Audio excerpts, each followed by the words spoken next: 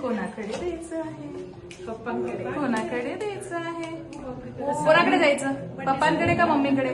मम्मीचं तर पप्पी घेऊन झाली ना. हा, कोणाकडे जायचं? Birthday surprise. हो का? चला, हॅपी बर्थडे आणि कॉंग्रॅच्युलेशन कन्यारत्न.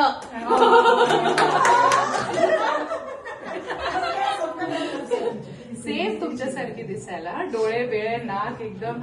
आणि तुम्ही बोलता ना त्या बाजूने बघते ना. हे बघा, मी बोलते ना आता इकडे बघते. अय पिल्लू, अय अय अय काय थोडंसं ब्लड आहे. चालेल.